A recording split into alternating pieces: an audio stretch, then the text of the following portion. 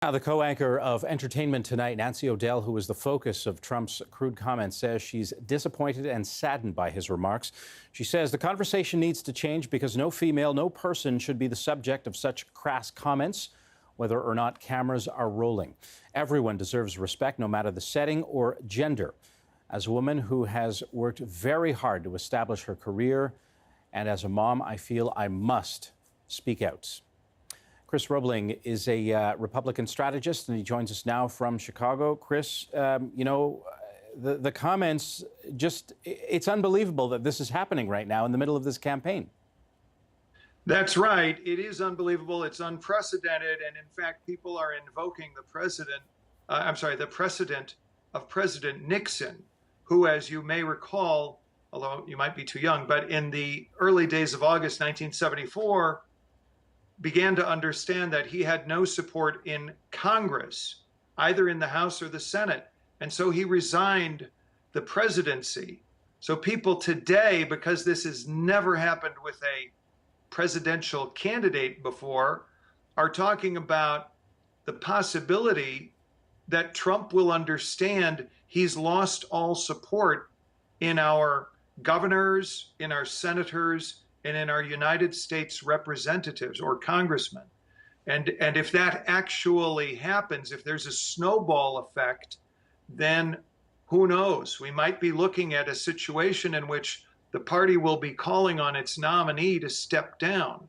I think a lot rides on his performance tomorrow night, which has been vastly complicated by the fact he did not deal with this issue effectively today. Not that there's a good way to deal with something so horrible.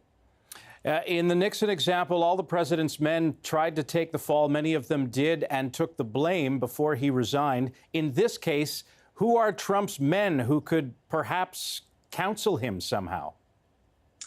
So I'm having a little trouble understanding, but I think it's important to know that Trump is not a quitter. As an individual, he's never stopped or backed down from a fight. And this has been true throughout his real estate career. And he's bringing that same kind of determination to his political activity. And maybe that's good in certain circumstances. Right now, that's causing extra consternation. People are beginning to wonder if he's fatally injured by his own words. Now, that's not to say that Hillary Clinton is a good candidate or that she's a saint. She's got a load of problems. And most Republicans, I believe, myself included, are disappointed that our candidate doesn't have the stature and the platform from which to discuss the shortcomings of Hillary, both in terms of her past and her policies for the future. Does this overshadow his strategy for the debate tomorrow? Well, the strategy for the debate has got to be confronting this in directly. And he cannot try to skirt it.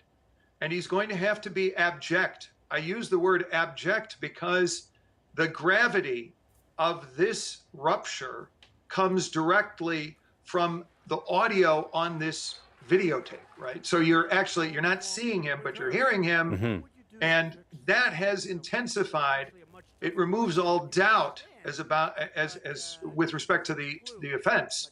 And so he's going to have to be abject. And a lot of people were saying he should have done that today, Saturday, and he should have held a long press conference, take every question, et cetera, so that he could draw a line under it and move on to tomorrow. They chose not to do that. One can only speculate as to why. Republican strategist Chris Robling. Chris, thank you very much. Good to be with you. Now, a reminder, you can watch the second debate between Donald Trump and Hillary Clinton tomorrow night right here. Coverage begins 8 p.m. Eastern. Fireworks with the debate start at 9 p.m.